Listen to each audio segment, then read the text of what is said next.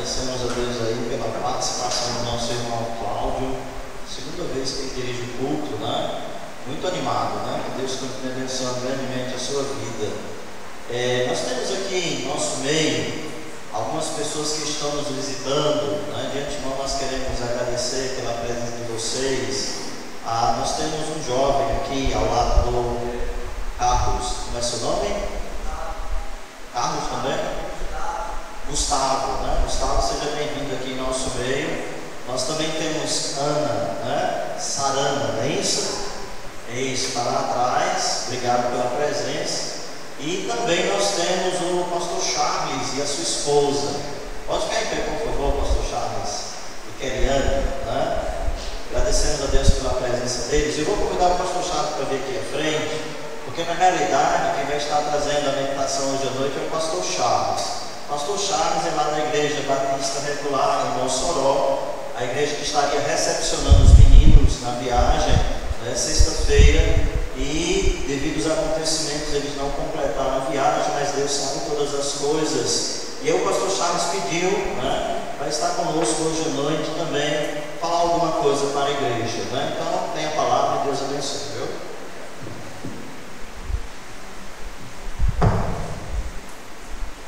Boa noite, irmãos. Nossa igreja estava preparada para receber os irmãos no Moto Vida, e às 7h30 da manhã eu recebi a ligação e tinha acabado de acontecer aquele episódio. E desde que aconteceu nós estávamos orando, e posso dizer aos irmãos que desde que ficamos sabendo, nós já começamos a ver Deus sendo glorificado na nossa igreja, pelos irmãos que estavam trabalhando para recebê-los. Quando cheguei no local, que vi o testemunho dos irmãos do Moto Vida, o comportamento deles lá no local do acidente, e também num dos momentos em que vimos os familiares do motorista do carro chegar lá, e também foi dado um bom testemunho pelos irmãos do Moto Vida. Não sei se eles pensaram nisso, ou alguém já falou sobre isso, mas se fossem descrentes, o que se esperava naquele momento era uma revolta de vários amigos jovens que poderiam, entre aspas, aproveitar familiares do que dirigiam o carro e querer fazer justiça com as próprias mãos. Eles não fizeram isso. E foi dado testemunho também no nome do nosso Deus, do poder do nosso Deus. Quero dizer aos irmãos e a essa igreja que Deus também usou essa situação para desafiar os irmãos da igreja em Mossoró. No domingo nós tivemos um tempo onde mostramos a foto do nosso irmão Carlos Júnior, falamos mais sobre o Moto Vida, e com certeza alguns irmãos de lá também foram desafiados a aproveitar a vida para servir ao Senhor e não estar vivendo para eles mesmos, só para a família deles ou para as coisas, mas realmente viver para o Senhor. Então dou graças a Deus pela maneira como Deus tem cuidado. Eu estou sabendo dos familiares de Carlos Júnior e como Deus tem agido nessa igreja através de um acontecimento como esse. Uma das lições que nós tiramos é que a igreja também cresce quando sofre. E na verdade eu quero trazer um devocional sobre isso. A igreja também cresce quando sofre. Por favor, abra sua Bíblia no livro de Atos.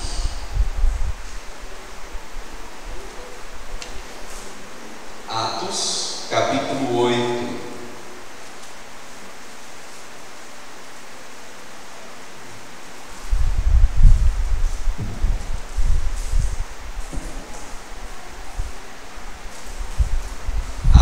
Capítulo 8, vamos ler dos versos 1 ao 5.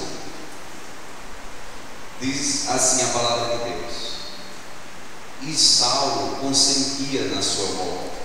Naquele dia levantou-se grande perseguição contra a igreja em Jerusalém, e todos, exceto os apóstolos, foram dispersos pelas regiões da Judéia e Samaria.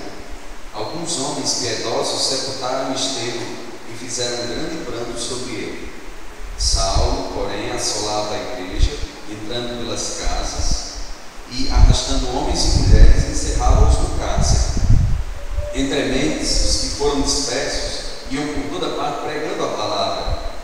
Filipe, descendo a cidade de Samaria, anunciava-lhes a Cristo. A igreja cresce também quando sofre. Jesus tinha dito aos discípulos, antes de, na sua ascensão aos céus, na despedida aos discípulos, tinha dito aos discípulos, Atos 1, verso 8: mas recebereis poder ao descer sobre vós o Espírito Santo, e sereis minhas testemunhas tanto em Jerusalém, como em toda a Judéia e Samaria, e até os confins da terra. Naquelas palavras, Jesus tinha dito que a igreja ia crescer, e ele até falou dos limites geográficos desse crescimento. Ela nasceria em Jerusalém, foi o que aconteceu, Atos capítulo 2 registra, mas ela iria também chegar à circunvizinhança, como Judéia e Samaria, e mais ainda, a igreja chegaria aos confins da terra, e naquela época era a capital do mundo, Roma. Jesus disse que a igreja ia crescer em Atos capítulo 1, verso 8, mas ele não disse como ela ia crescer, ou o que ia acontecer para ela chegar em Judéia e Samaria e até os confins da terra. E quando nós olhamos o livro de Atos todo, aí nós aprendemos que a igreja também cresceu quando sofreu. E nós passamos a ver que o crescimento que Jesus disse que a igreja teria, saindo de Jerusalém, se deu quando a igreja sofreu. A igreja começou em Jerusalém, Pedro pregando naquele dia de Pentecostes, mas a igreja chegou na Judéia e Samaria quando a igreja sofreu. Versículo 1, o final do versículo 1 diz que os apóstolos ficaram em Jerusalém, mas os outros cristãos, eles foram dispersos. Foi disparada uma perseguição grande contra os crentes naquela época. Estevão acabara de morrer, um crente fiel, servo do Senhor, um homem de bom testemunho, um homem que onde chegava o povo podia ver Cristo na vida dele. E ele foi tão fiel ao seu Senhor que morreu apedrejado, mas não negou o seu Salvador. E com a morte de Estevão, aquela perseguição também queria alcançar muitos outros crentes. E com essa perseguição, os crentes saíram de Jerusalém. A igreja começou a crescer, se espalhando, e ela chegou a Judéia e Samaria. Mas ela só chegou a Judéia e Samaria num contexto de sofrimento. Hoje em dia, a igreja do século XXI, ela consegue até programar o evangelismo. A igreja do primeiro século evangelizava sem programar, porque os crentes do primeiro século, eles viviam de fato o ide de Cristo. Quando Jesus Cristo disse ir por todo mundo e pregar o evangelho a toda criatura, Jesus Cristo não disse: quando você chegar em tal lugar, aí você prega. Não. O ide de Jesus é: tendo ido, pregue a toda criatura. Significa que um crente, onde ele estiver, ele faz o ide, porque tendo ido, ele prega. E, irmãos, isso muda a perspectiva. Mas era justamente isso que os crentes estavam vivendo. Tendo ido, eles pregavam. Se ficassem em Jerusalém, eles pregavam. Se eles tivessem que ir para a Judéia e Samaria com perseguição, eles pregavam também. Se o maior deles tivesse que ir preso para Roma, humilhado pelas maiores autoridades daquele tempo, se ele tivesse que ir aos confins da terra naquelas circunstâncias, ele iria. Mas ele iria tendo pregado. Ele iria pregando. Observe o versículo 4. Entre mentes, ou seja, enquanto a igreja era perseguida, os que foram dispersos, irmãos, os que estavam sofrendo, iam por toda a parte fazendo o quê? Irmãos, uma coisa é nós marcarmos o evangelismo e conseguir vestir uma roupa boa, pegar um bom carro, preparar uma boa marmita e sair comodamente pelas ruas. Outra coisa é, no meio de um contexto onde os crentes não são recebidos, você pregar. Ou em circunstâncias que não são favoráveis, você pregar.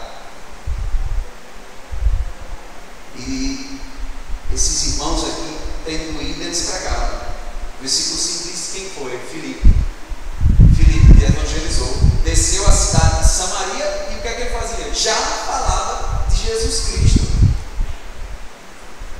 A igreja estava chegando, irmãos, a Judéia e a Samaria. Estava acontecendo o que Jesus disse que ia acontecer. Recebereis poder ao descer sobre vós o Espírito Santo, sereis minhas testemunhas, tanto em Jerusalém como em toda a Judéia e Samaria. Jesus disse que ia acontecer, não disse como. E agora olhando para a Bíblia, nós vemos que a igreja cresce também quando sofre.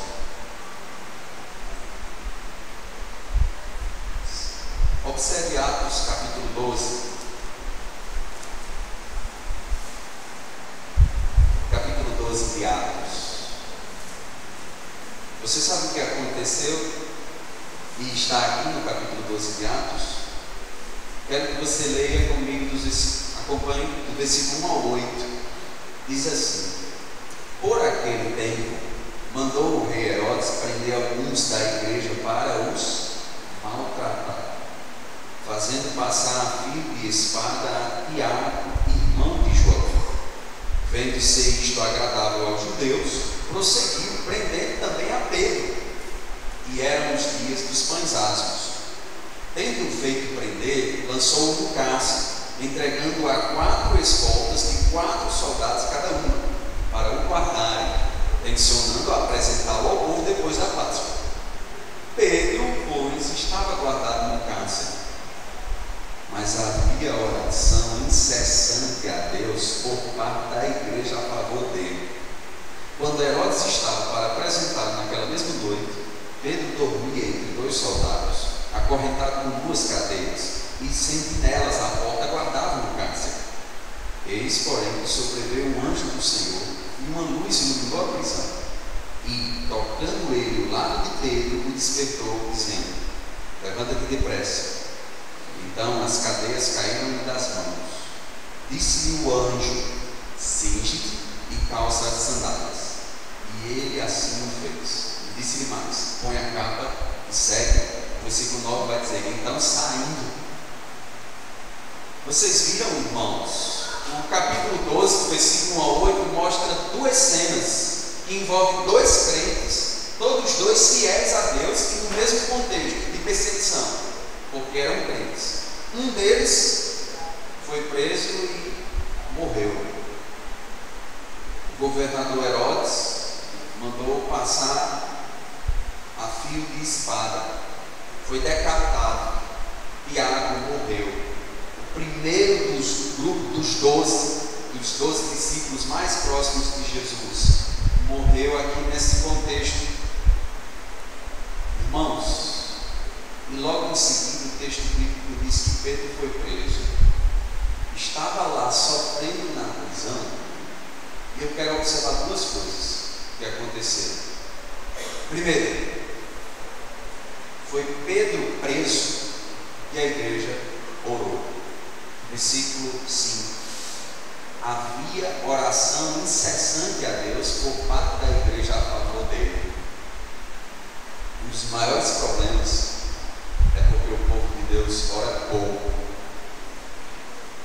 E a vida cristã da maioria dos crentes hoje em dia é muito fria.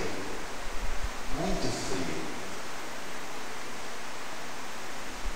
Se nossa igreja fosse medida na fidelidade pelo tempo que você passa orando, qual seria a fidelidade da sua igreja?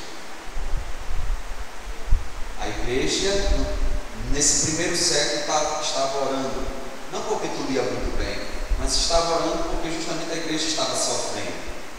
E a igreja crescia. Observe o versículo 24 desse mesmo capítulo 12. Entretanto, a palavra do Senhor crescia e se multiplicava. Às vezes, alguns irmãos têm um grande plano para o crescimento da igreja. Pastor, precisamos animar mais a igreja, fazer alguma coisa mais animada, que chame mais atenção, que seja mais atraente para a igreja ficar mais animada. Uma visão de que ânimo espiritual é a felicidade e o bem-estar dos crentes.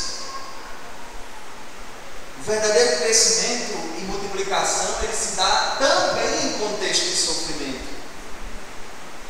São crentes que amadurecem porque perseveraram, e a perseverança produziu esperança, e a esperança para a paciência, e prepararam esses para outras, ou prepararam esses que foram consolados para consolar outros. Crente que vive só do outro oba-oba não serve para consolar ninguém,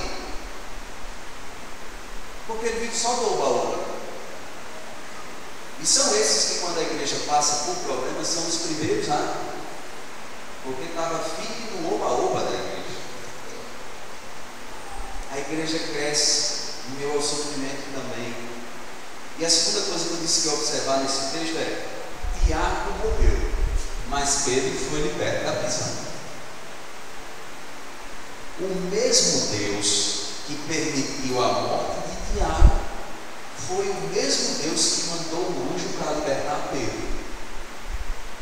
O mesmo Deus que libertou Pedro poderia também ter libertado Tiago.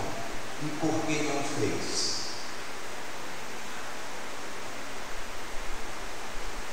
Sabe qual é o maior interesse de Deus? Não é o nosso bem-estar, é a glória dele.